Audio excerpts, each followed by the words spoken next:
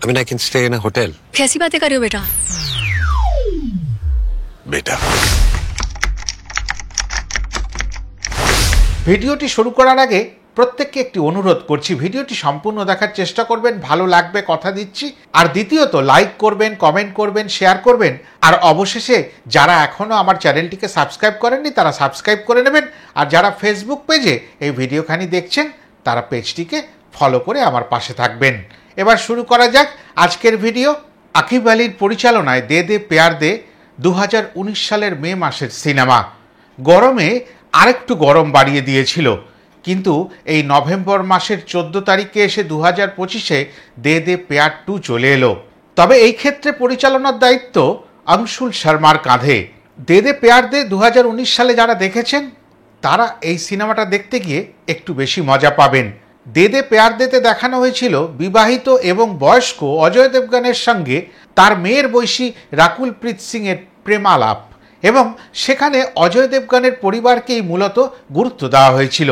কিন্তু দে দে প্যার 2-র ক্ষেত্রে সেই প্রেম ভালোবাসা কিভাবে পরিণতি পাবে বা আদৌ পাবে কিনা, সমাজ মেনে নেবে কিনা, দুই পরিবারের মধ্যে কোনো মতবিরোধ তৈরি হবে কিনা, বা আদৌ অজয় দেবগনের পরিবারকে আবার আমরা খুঁজে পাবো কিনা, এইসব প্রশ্ন তুলে দিয়ে এই সিনেমাখানি এই নভেম্বর মাসের শীতকালীন আবহাওয়ায় এসে পৌঁছালো। তবে পুরোপুরি শীত না পড়লেও এই সিনেমাখানি দেখতে গেলে একটু মনে প্রাণে শৈত্যপ্রবাহ পৌঁছে যেতে পারে। সিনেমার প্রথম 10 মিনিট রিক্যাপ, মানে দে দে প্যার দের প্রথম যে পর্যায় বা ভাগ, সেই ভাগেরই রিক্যাপ তৈরি করা হলো। তাতে বুঝিয়ে দেওয়া হলো যারা প্রথম সিনেমাটি দেখেননি তারা এইটুকু অংশ দিয়ে বুঝে নিন যে এর আগে দে দে প্যার দেতে কি ঘটেছিল। এবার শুরু হলো দ্বিতীয় পর্যায় বা এই সিকুয়েলের স্টোরি।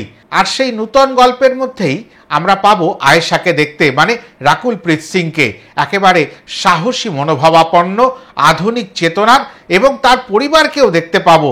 তার বাবাকে দেখতে পাবো, তার মাকে দেখতে পাবো, তার দাদা, তার বৌদি, প্রত্যেককে দেখতে পাবো। আর মাধবন এখানে আয়েশার বাবা, আর গৌতমী কাপুর তিনি মায়ের চরিত্রে অভিনয় করেছেন, মানে রাকুল প্রীত সিংয়ের। আর যেহেতু এটি সিকুয়েল, তাই অজয় দেবগনকে সেই আশিস চরিত্রেই আমরা ফিরে পাবো। দে দে প্যার দেতে অজয় দেবগনের বয়স বলা হয়েছিল 50 বছর, কিন্তু এখানে একটা মারাত্মক ভুল চোখে পড়ল। সেটা হচ্ছে দে দে প্যার দে 2-তে বলা হলো যে তার বয়স 52 বছর। তাহলে বিগত 6 বছরে 50 আর 6 যোগ করলে 56 বছর বলা উচিত ছিল। এটা একটা আমার মনে হলো ভুল হলো। দে দে প্যার দে প্রথম পর্যায়ে আমরা আশিসের বন্ধুর চরিত্রে, ক্যামিও চরিত্রে বলতে পারি, জাভেদ জাফরিকে পেয়েছিলাম। কিন্তু সেই জাভেদ জাফরি দে দে প্যার দে 2-তে এসে একেবারে সম্পূর্ণ সিনেমায় মাতিয়ে দিলেন। 2019-এর দে দে প্যার দেতে আমরা দেখেছিলাম কিভাবে অজয় দেবগন তার নিজস্ব পরিবারকে সামলাবেন। এই ক্ষেত্রে দে দে প্যার দে 2-তে এসে আমরা দেখলাম রাকুল প্রীত সিং মানে আয়েশা কিভাবে তার পরিবারকে জানাবেন যে তিনি এমন একজন ব্যক্তির সঙ্গে প্রেম করছেন যার বয়স তার বাবার থেকে সামান্য একটু কম।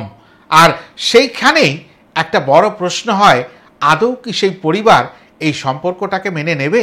ওই পরিবারের প্রত্যেকটি মানুষ কি আগামী দিনে সমাজের পরোয়া করবেন, বা এই সম্পর্ক কি আগে এগোবে?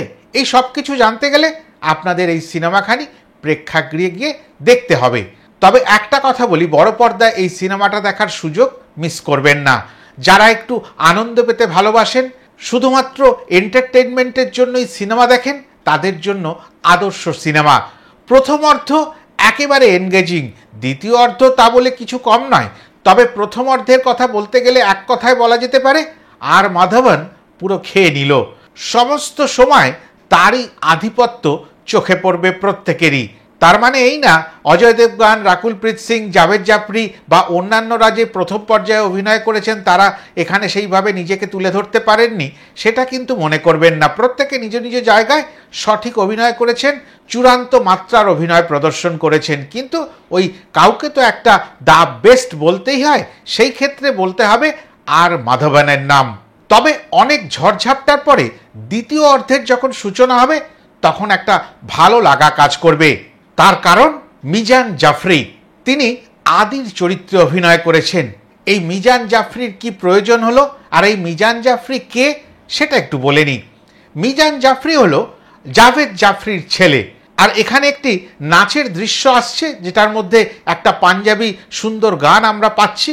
সেই গানের মধ্যে বাপ আর ছেলের নাচের যে টক্কর সেটা কিন্তু আমরা পেয়ে যাচ্ছি। আধুনিক নৃত্যশৈলী নিয়ে মিজান আর পুরনো মেজাজে জাভেদ জাফরি, একেবারে অসাধারণ কম্বো। আর ওই জায়গাতেই সত্যি প্রমাণ হবে রক্ত কথা বলে।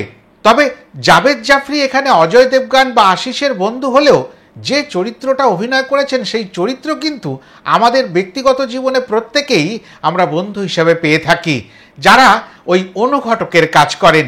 যে কোনো প্রেম ঘটিত সমস্যায় তারা এমনভাবে পাশে এসে দাঁড়ান, তাদের মতন বন্ধু পাওয়া খুব সহজ নয়। আরেকটি চরিত্রের কথা না বললেই নয়, ঈশিতা দত্ত ওই আর মাধবনের বৌমার চরিত্রে অভিনয় করেছেন। অসাধারণ। ওই চরিত্রটার কথা কেন আলাদা করে বললাম সেটা আপনারা সিনেমাটি দেখতে গেলেই বুঝতে পারবেন। অসাধারণ তার অভিনয়ের টাইমিং। আমরা যারা ট্রেলারখানি দেখে ফেলেছিলাম তারা দেখেছি যে মিজানের যখন প্রবেশ ঘটছে তখন সে সেই পুরনো অজয় দেবগানের প্রক্রিয়ায় দুটো পা দুটো গাড়িতে রেখে স্ট্রেচ করে এন্ট্রি নিচ্ছেন। আর সেটা দেখার পরে অজয় দেবগানের কণ্ঠে যখন এই সংলাপটা শোনা যায় যে তার বাবাকেই বলছে যে এসব আমি 30 বছর আগে করে ফেলে দিয়েছি। তবে এই হাসি, আনন্দ, ইমোশনস এই প্রত্যেকটির মধ্যে টগমগ অবস্থায় থাকতে থাকতে কয়েকটি জিনিস এই সিনেমাটির থেকে শিখেও নিতে পারবেন। যে ভারতীয় হয়ে ডাল যারা পছন্দ করে না তারা আসলে ভালো মানুষ নয়। কিভাবে মদ্যপান করা যায় আর মদের সম্মান করা যায় সেটাও এই সিনেমাখানি থেকে আমরা সবাই শিখে নিতে পারবো। ডিডিএলজের কথা মনে করিয়ে দেবে বারবার। তবে সেই ডিডিএলজের বাবুজি বা সিমরান এখানে নেই। এখানে যা আছে সেটার মধ্যেও সেই একই সম্পর্ক। জেনজি আলফা যাইভাবেই আপনারা ব্যক্ত করতে চান কেন, বাবা মেয়ের সম্পর্কের যে ইকুয়েশনটা, যে কেমিস্ট্রিটা, সেটা মনে হয় কোনোদিনই বদলাতে পারবে না। তবে মা ও মেয়ের সম্পর্কের অদ্ভুত যদি কোনো দিক দেখতে চান তাহলে ক্লাইম্যাক্স অবধি আপনাদের অপেক্ষা করতেই হবে। বাপের বয়সী পুরুষের সাথে যখন ভালোবাসা, তখন একখানি গান তো প্রত্যেকেরই মনে পড়ে যাবে, मैं क्या करूं राम मुझे बुढ़ा मिल गया। তবে সিনেমাটি দেখতে দেখতে রন্ধ্রে রন্ধ্রে একটা জিনিস প্রমাণ পাবেন, প্রেম নিবেদন করতে গেলে শাহরুখ খান ছাড়া কোনো গতি নেই।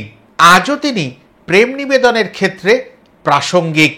তবে ভালোবাসা, সম্পর্ক এগুলোকে বাঁচাতে গেলে লোকে কি ভাববে, সমাজ কি মনে করবে, এগুলোর কোনো গুরুত্ব দিতে হবে না বলে এই সিনেমাখানি আপনাকে শিখিয়ে দিতে পারে। বাবা মায়ের প্রশ্ন যখন আসছে তখন একটা কথা বারবার মনে করতে হবে যে সন্তান যেমনই হোক, বাবা মা সব সময় তার পাশে থাকেন। জেনারেশন, ম্যাচুরিটি, এজ, এই সব তর্ক নিয়ে অনেক কথা, অনেক কচকচানি এই সিনেমাটির সংলাপের মধ্যে বারবার উঠে আসবে। ফার্স্ট হাফের ক্ষেত্রে বলতে গিয়ে যখন বললাম টোটালি ড্রামা, আর ওই আর মাধবন তার মধ্যে সব থেকে বেশি মন কেড়ে নেবে। দ্বিতীয় অর্ধের কথা এক কথায় প্রকাশ করতে বললে বলতে হবে ইমোশনাল অত্যাচার। তবে সর্বশেষে একটা সংলাপ আপনাদের আবার প্রত্যেককেই মনে করিয়ে দেবে, সদ্দা হক ইত্থে রাখ। কেননা এখানে যে অজয় দেবগান আছেন, আর অজয় দেবগান থাকা মানে বেশ কিছু সংলাপ এবং অভিব্যক্তির মাধ্যমে আমরা বারবার তার পুরনো সিনেমাগুলির দিকে ধাবিত হব। এতটাই বলার ছিল। যদি ভালো লাগে তাহলে যেটা করার লাইক, কমেন্ট, শেয়ার করে দেবেন। আর যারা আমার চ্যানেলটিকে এখনও সাবস্ক্রাইব করেননি তারা সাবস্ক্রাইব করে নেবেন। যারা ফেসবুক পেজে এই ভিডিওখানি দেখছেন তারা নিশ্চয়ই করে পেজখানিকে ফলো করে নেবেন। নমস্কার।